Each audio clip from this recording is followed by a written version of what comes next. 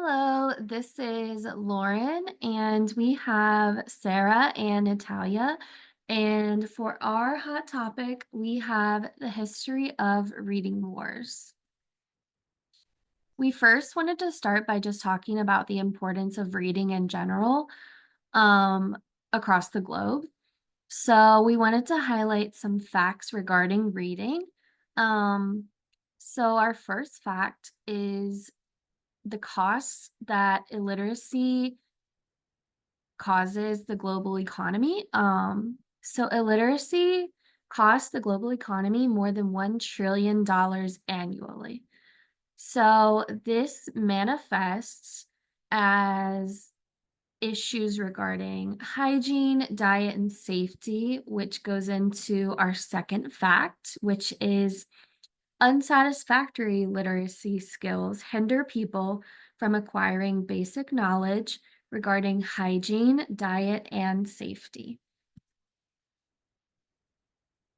We also wanted to highlight why the reading war is occurring in general.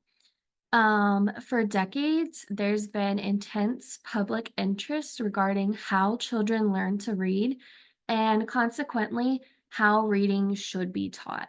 So the war on reading is a war on how reading should be taught in order to effectively teach reading skills to children. And the sides on the war on reading, we have two of the most popular sides. The first side is the phonics approach, in which reading is taught by highlighting letter sounds explicitly. And then our second side is the whole language approach, in which reading is taught through the child's discovery of meaning through experiences in a literary rich environment.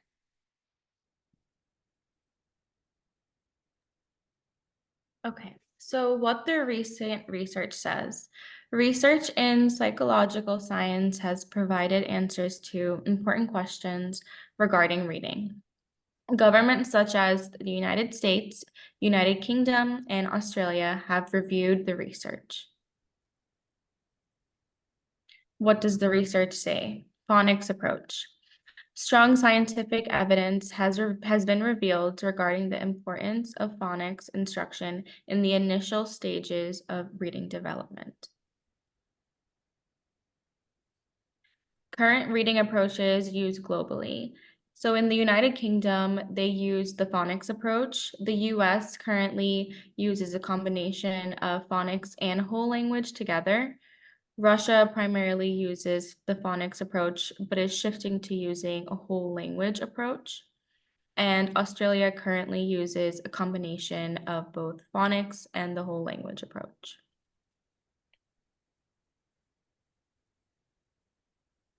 Here we have some real world implications. The continued debates, while the evidence is clear, there is still debate concerning using teaching methods based on scientific evidence. And then we wanted to talk about the public policy. Multiple countries have reviewed the research, but there are still many gaps that remain in regards to the research and understanding in the professional and public domains. And then here are references.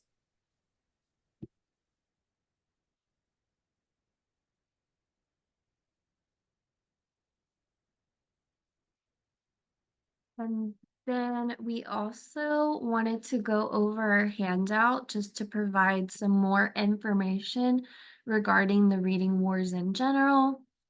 So we have why reading instruction is controversial in the first place. And again, we're emphasizing the debate that's centered on how children learn to read and how reading should be taught. We have the two popular approaches regarding reading wars, our phonics approach and our whole language approach. They are both very different and emphasize very different skills, which is part of the reason why there's controversy regarding how reading should be taught. We have research that we've highlighted. This research has been reviewed by multiple countries. And as we discussed, those countries have very specific approaches that they are utilizing um, in regards to what the research has shown. Some countries have taken the research into consideration and they have begun using a combination of phonics and the language approach. Some are still just using phonics. So we want to make sure that that gap between the research and the real world implication is decreased because right now there's a pretty big gap between what the research shows and what's actually being done.